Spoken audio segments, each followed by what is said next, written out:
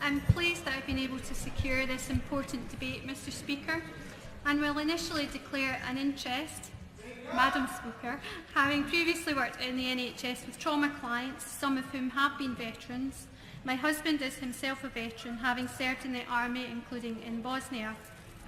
The majority of British military personnel do not experience mental health problems whilst in service or afterwards in civilian life. For a significant minority, however, this transition is brought to the point of failure by mental health issues which range in complexity and severity, and which are caused by factors before, during and after military service.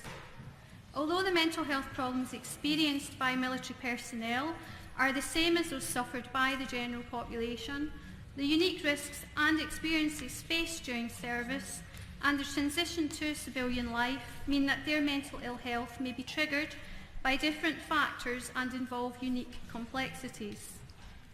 Service personnel may experience trauma from a variety of situations, such as training incidents, administering medical treatment, or other activities in war zones.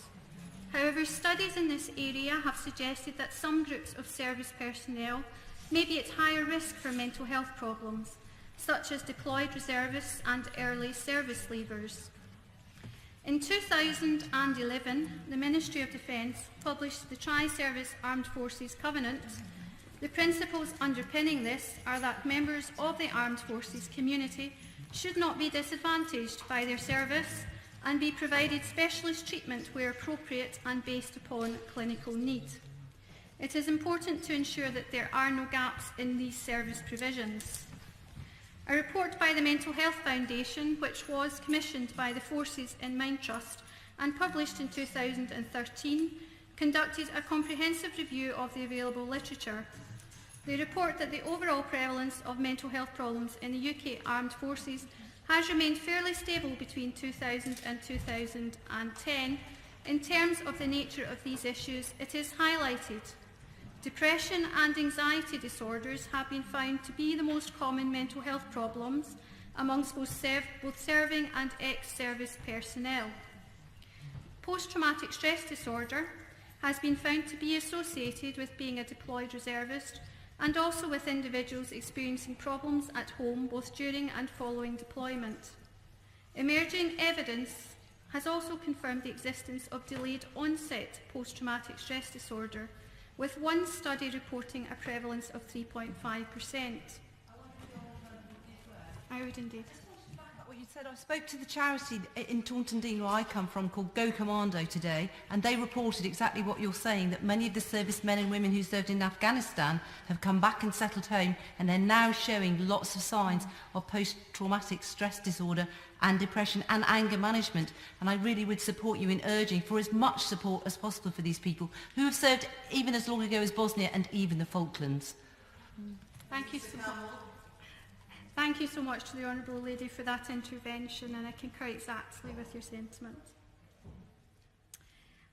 From speaking to an ex-military medical officer in preparation for this debate, it appears that some hold views that the prevalence of post-traumatic stress disorder is much higher than acknowledged.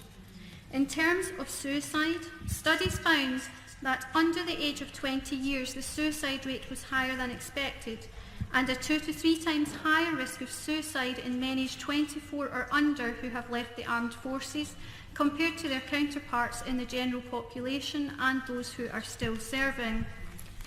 It is also recognised that alcohol misuse amongst UK military personnel is a significant health concern. From speaking with Combat Stress, I understand that this presents as a significant issue amongst the clients that they work with. They described issues related to the culture of alcohol use in the forces and using substances as a maladaptive coping strategy to manage symptoms of mental health. Does the Honourable Lady give way? Indeed, I would. Madam Speaker, I congratulate the Honourable Lady on bringing this matter. Everyone in the House here tonight is here for a purpose, because we have constituents who suffer from it. His Royal Highness Prince Harry just said recently that we need to do more to help those with on-scene. He referred to it as on-scene injuries, and only by talking about it and helping more can we make the changes. But I want to make just very quickly, Madam, the issue of those in the Republic of Ireland they live in the Republic of Ireland, but they served in the British forces, and some of those people are not getting the help and the assistance they should get, both financially and in relation to benefits as well. Does the Honourable Lady feel that perhaps maybe, for the record, maybe the Minister could perhaps look at that issue? Those who serve in the British Army, living in the Republic of Ireland, and not receiving the benefits that they should in relation to mental issues and disabilities as well. Thank you. Many thanks for your intervention, and yes, I would be pleased for the Minister to comment upon those very specific issues to Northern Ireland. Issues in relation to the current system appear to arise in relation to a number of issues, including help seeking, referral, assessment and access to appropriate treatments. In relation to help seeking, it was reported by one study that only a quarter of those with a diagnosed mental health problem had accessed medical help.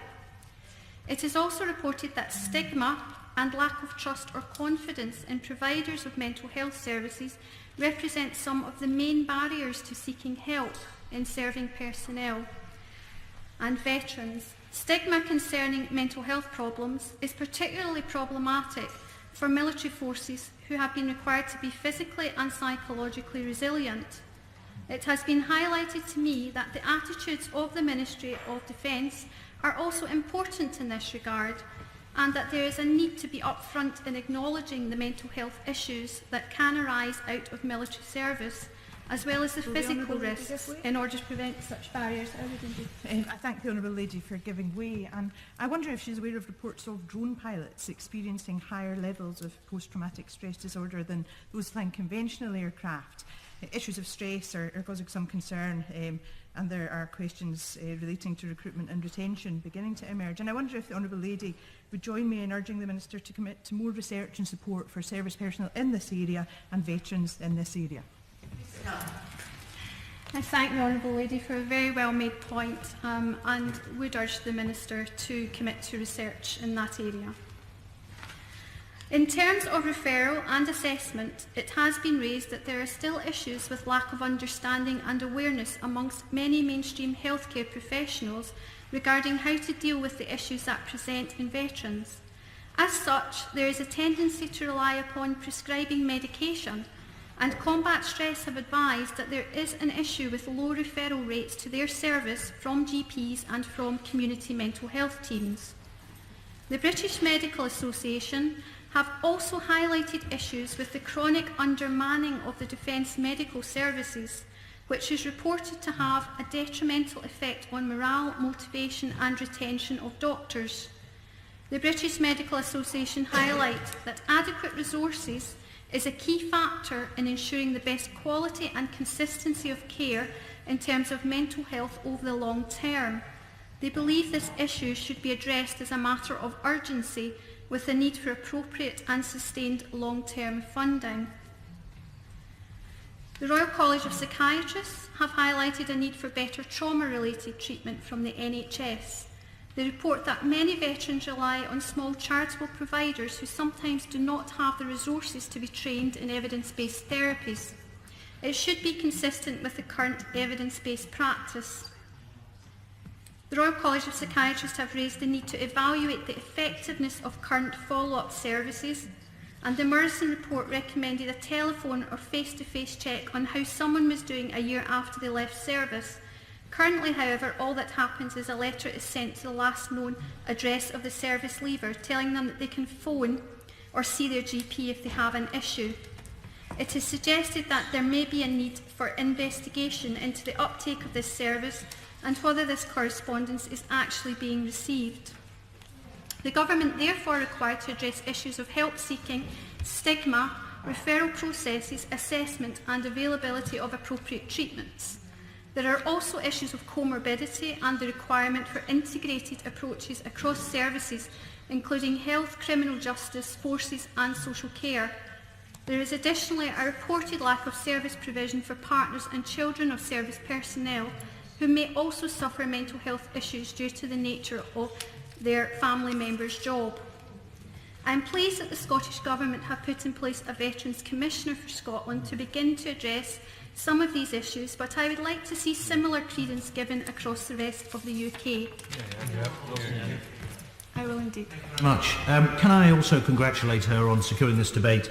It was a very important subject. I have Army headquarters in my constituency and strong services links in Hampshire, and so desperate were a group of veterans in my constituency that they started their own organisation, Veterans in Action, who have just this month launched PTSD Awareness Month. I'm wearing the little badge. It looks not dissimilar to an SNP badge, I've been told. But I think she put her finger on it earlier in the speech when she said that there really is just not enough awareness out there about this issue, particularly amongst medical staff, and I hope on that basis she might support such an initiative as Awareness Month in the future. I do indeed support Awareness Month and very much like your blue badge. To conclude, veterans are individuals who would have put their lives on the line for their country. The least we can do is prioritise their care and treatment to support them in their recovery. I welcome the Prime Minister's comments today regarding prioritisation of this issue, and I welcome the Minister's reply to these issues. Minister.